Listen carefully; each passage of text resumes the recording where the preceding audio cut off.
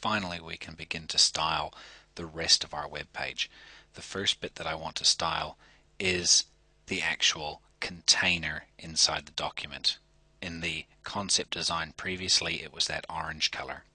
What I'm going to do is I'm going to cheat. I'm going to go to my notepad where I've already written these tags and code and script so that you don't need to see me painstakingly type it out one by one. So I'll just copy the container and I will put it into my layout.css and I will paste it in, and I'll just quickly explain how the div tags work.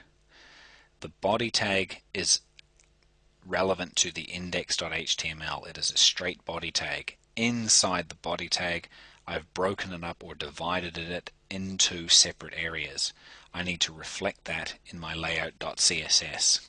Therefore, I tell the HTML that this is a div script by putting a hash in front of the word.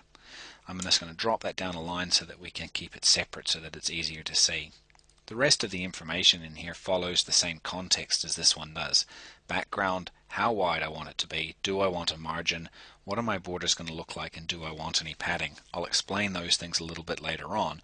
The only thing that you need to see is that body tags or straight tags just start with a squiggly bracket, end with a squiggly bracket with the information in between. Divs start with a hash that tells the HTML that this is a div. I'll also show you really quickly how Notepad++ is a much better program than just a straight Notepad, because the way it differentiates and breaks these things up, it gives us the line that says, hey, here is the whole load of script in the CSS page for the body tag. The body tags and the container tags come out at slightly different colors so that you can see the differences. The actual information is in black. The content that we're actually trying to stylize, or the titles I suppose, are in a different color, so it allows us to have a quick glance at it and see a whole pile of things. It means that if we make mistakes, things will show up differently and we'll be able to pick our errors up much easier. If I save this and I go to my web page,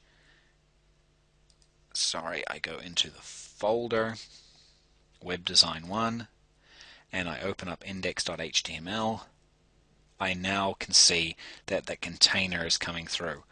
The container doesn't fill the whole page like my concept design does, because HTML only fills up to the last spot.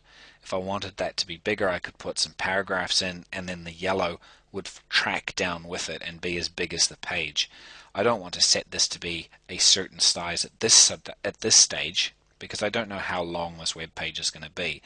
However, if I add content, the yellow box will match it by dropping down in size. Before we do that, we want to put the rest of the style in though, so we can actually put some more content in.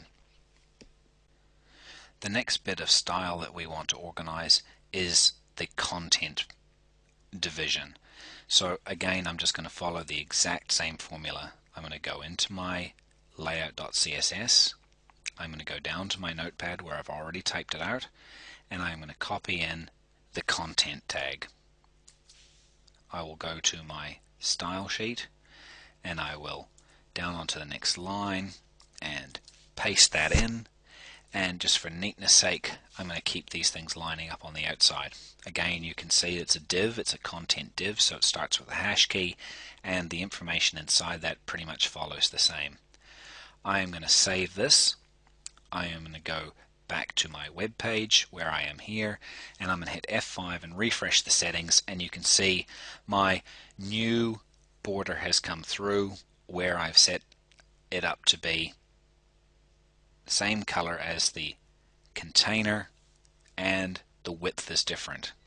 To check that, let's look in here, and the width is 508 pixels versus 768 pixels. I will explain all of these chunks here later on once we actually get our web page to start looking like something. All we've got left to do now is sort out our navigation and our footer dividers, and then we can actually start putting written content into our page. Again, I'll follow the same process. Into Layout CSS, I will go down onto a new line. I will go into my notepad where I've written this stuff down. I will copy the stuff I've written for navigation. I will paste it into the page, making sure that the setup is the same just for neatness sakes. And I don't need to explain this stuff here because it pretty much is self-explanatory just by looking at it. I will save that. I will go to my web page and I will refresh the page. Nothing happens at this stage because there's no content in there. Doesn't matter. We're going to go and get it sorted as we put more stuff in. The footer is going to be quite an important part in this process because the footer is going to tell the boundaries above where to stop, and it's going to give a little bit more structure to our page. All I'm going to do again, layout CSS, into Notepad, find the footer details that I've already written, copy them into our CSS, paste them in, save our page, go into our folder and open up index.html. And you can see now my page has started to pull itself together a little bit better. I have got, well, you can see right away by putting that footer in, it actually gave structure to the above slightly. I've now got my header area where I've got Tim Berners-Lee written. I've got my content page. You can see very faintly at the moment where I've got my slightly separated color page, and then I've gone through and I've got my footer in, which forced these two to separate and show up clearly. At this point here, all I need to do is start putting content in, and our page will start looking like a web page.